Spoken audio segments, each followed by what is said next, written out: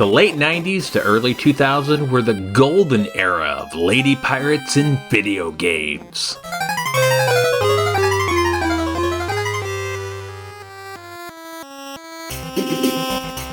8-bit joystick. The 5 years from 1998 to 2002 was a magical, incredible time for video games. It wasn't the golden age of piracy, it was the golden age of pirate ladies.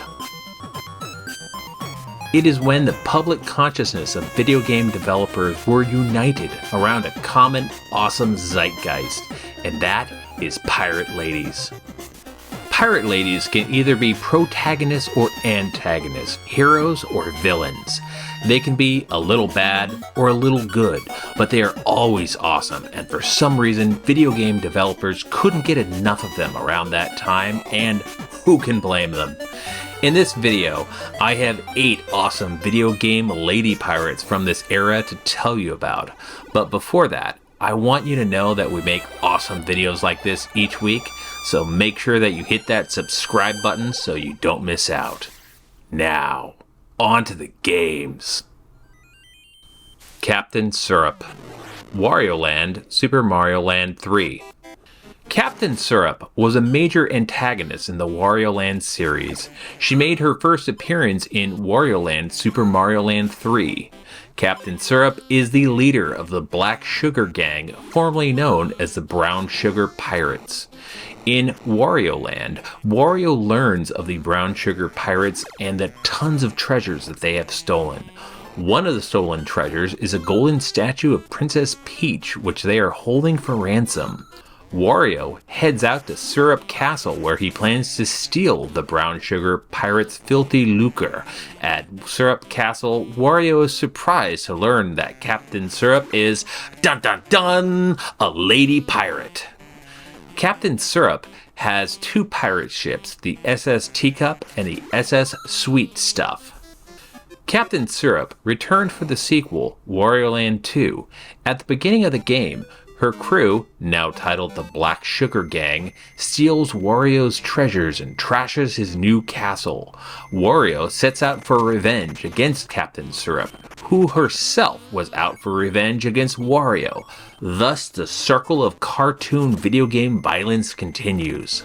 She had a smaller part in Wario Land Shake It as a side character, and she only sells Wario's maps to the next location after he has beaten a boss, but they redesigned her and gave her this awesome purple outfit. In a Famitsu magazine issue, an article covering Wario Land Shake It referred to Captain Syrup as Maple, implying her full name to be Maple Syrup, and she was created by none other than Gunpei Yokoi, mad scientist, creator of the Game Boy and D-pad himself, Gunpei Yokoi. Bonne Jenet, Garou Mark of Wolves. Garou Mark of Wolves is a soft reboot of the Fatal Fury fighting game series and features almost a completely new cast of awesome animated 2D fighters. It stands on its own as one of the best 2D fighting games ever made. It is visually striking and a masterpiece of hand-drawn 2D animated sprite work, and it will continue to be visually impressive for decades to come. And to top it all off, one of its new characters is a rad lady pirate by the name of Bonne Jenet. She is a pirate that runs a pirate crew called the Lillian Knights that she operates out of a submarine. Bonne Jenet wears a fabulous high-cut purple dress with a skull and crossbones, including fingerless gloves and stiletto heels. Apparently, she fights with a form of French kickboxing, which I didn't know was a thing, and her moves are mostly kick attacks that involve swooping her dress around, and she has a super move where she will take off her shoe and beat her enemy with it. She's actually one of the better fighters in the game, which is saying quite a lot because the game already has quite an awesome roster of fighters. She was well received by fans and later went on to join the King of Fighters Maximum Impact games as well as King of Fighters 11 through 15. She's actually pretty quick and has an air throw and is one of the better characters to learn in the game. She is not the only lady pirate in a fighting game that you're going to see in this video, not by a long shot. Risky Boots, the Shantae game series. Risky Boots is the main antagonist of the Shantae series, appearing in all games in the series. She is Bowser to Shantae's Mario, more like Bowsette. You know, how come they haven't made a game with Bowsette yet? Probably because she's a potentially problematic fan character, but still, Risky Boots is all sorts of awesome. Risky Boots is a famous pirate queen and is the arch nemesis of Shantae and the self-proclaimed Queen of the Seven Seas who commands her crew of the Tinkerbat pirates. Ever since the first game, Risky Boots and her team of Tinkerbat baddies invade Shantae's Scuttletown to pursue her evil plans. Risky Boots has light purple skin, purple hair, and she wears a red and purple pirate hat with a pale beige skull and crossbones on the front. Her name is a verbal pun on risque, meaning suggestive, and it is most likely a reference to her and Shantae both wearing midriff-bearing outfits and being awesome lady characters. There are of course some big similarities to Nintendo's Captain Syrup. Both are badass lady pirates from late Game Boy Color games who are pirate queens, and they have both used genie powers in a boss fight. Shantae was a rad retro-themed game when it first came out on the Game Boy Color as a throwback to the long legacy of retro platformers that came before it. May of the Guilty Gear series. May is one of the main characters in the Guilty Gear fighting game series, and she is a proud member of the Jellyfish Pirates, who are a band of air pirates. She is infatuated with Johnny, the leader of the Jellyfish Pirates, who is also a fighter in the game. She fights with a giant anchor, which she can apparently swing around like a sword. Her power moves include a horizontal Mr. Dolphin attack, where she can summon a magical dolphin as a lunge attack, because Japanese video games, why not? She is cheerful and energetic and has a lot of spunk for a girlish pirate lady. She is one of the more popular characters in the fighting game series that is full awesome fighting game characters, and that says a lot. Apparently, the term dolphin spamming is an insult in the Guilty Gear fan circles, and you can thank May for that. Tetra, The Legend of Zelda, The Wind Waker. The Legend of Zelda The Wind Waker introduced Tetra, the Hylian pirate, who followed in her mother's footsteps to become a captain of a pirate ship and the leader of her pirate crew. In The Wind Waker, Link signs on and joins her pirate crew towards the start of the game. Tetra has been described by others as a little tomboyish, but I think that's a little judgmental, and I think that she dresses very reasonably for someone who leads an active pirate buccaneer lifestyle. She was a major character in The Legend of Zelda The Wind Waker, and showed up in Legend of Zelda The Four Swords Adventure, and Phantom Hourglass, and Hyrule Warriors. Her hairstyle in the game might be a reference to the swirly smoke due to the heavily stylized graphics for The Legend of Zelda The Wind Waker.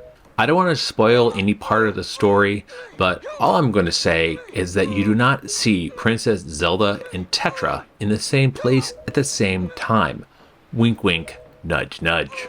The Legend of Zelda The Wind Waker was initially derived for its cel-shaded graphics and cartoony art style, but over the years it has grown to be a beloved Legend of Zelda game, and I'm glad to see that it was released on the Wii U, and it's a shame that it hasn't gotten a newer port to the Nintendo Switch and beyond. Ruby Heart, Marvel vs. Capcom 2. Ruby Heart is a French-speaking lady pirate who was an original character for Marvel vs. Capcom 2. She captains a flying pirate ship and travels the world seeking treasure. She fights with magical attacks, whips, anchors, and saber, and can go toe-to-toe with both Marvel superheroes and Capcom's Street Fighters.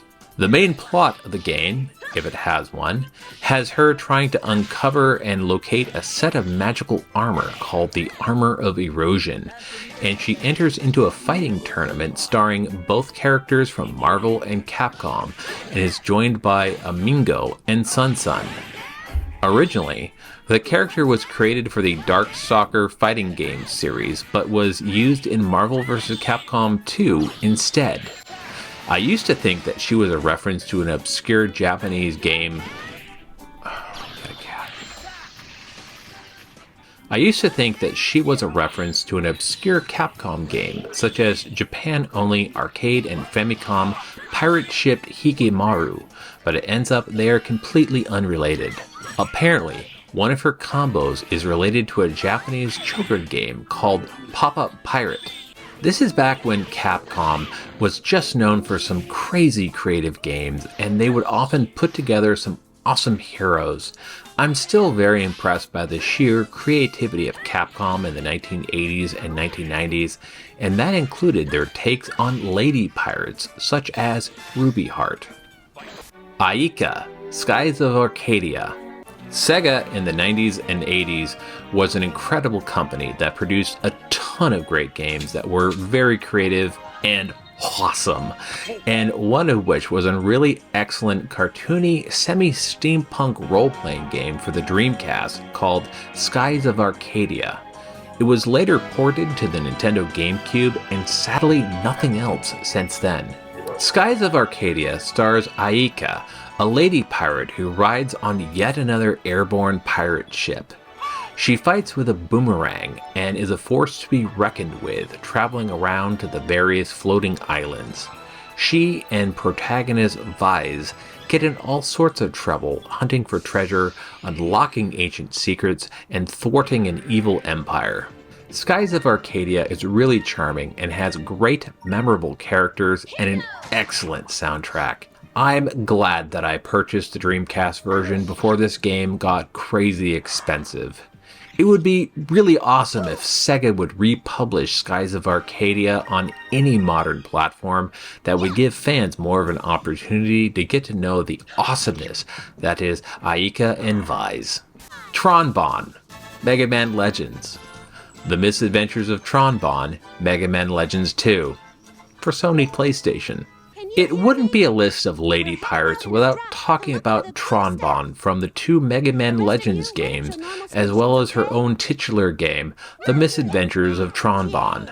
Capcom, in the late 90s, was joining Sega in constantly knocking it out of the freaking park as far as creativity, and the PlayStation's CD storage medium allowed for them to have an unprecedented amount of space for dialogue, and they were able to take advantage of it and write some really funny, amusing characters such as Tron Bonne and give them full dialogue voice acting.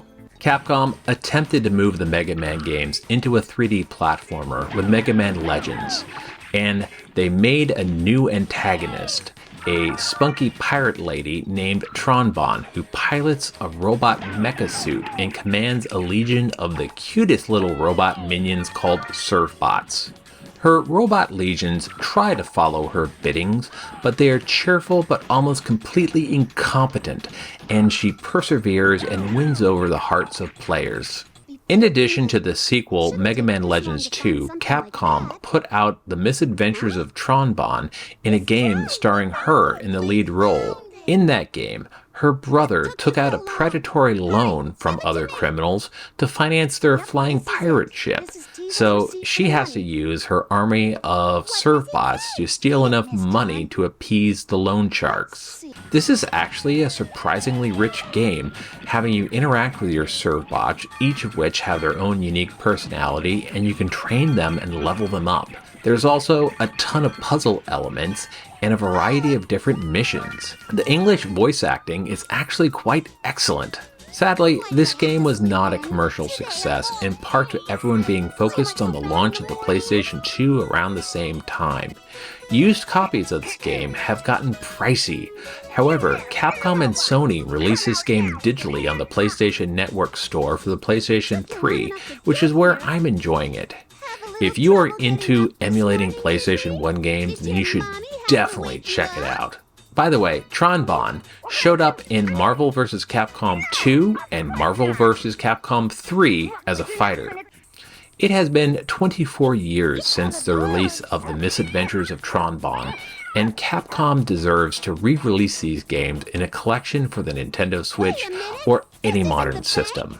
Now, you might think that all these pirate ladies are a reaction to the Disney film The Pirates of the Caribbean, but that movie series actually didn't come out until 2002, so the golden age of lady pirates was already going on by the time Hollywood made their movie in 2003. One possible influence is the Japanese manga One Piece, which was first published in 1997. I will refrain from posting anything further beyond this mentioned or the logo because the publishers is notorious for suing YouTubers for anything beyond passing reference to their material. However, Nintendo's Captain Syrup first appeared in 1994, so perhaps she was a trendsetter lady pirate of the era. Chalk one up for Captain Syrup, a Nintendo character that does not get her due credit. My kitty Guy here wanted to let you know that we make awesome videos like this each week, so make sure that you are subscribed to this channel so you don't miss them. This is 8-Bit Joystick. Stay awesome. Play retro.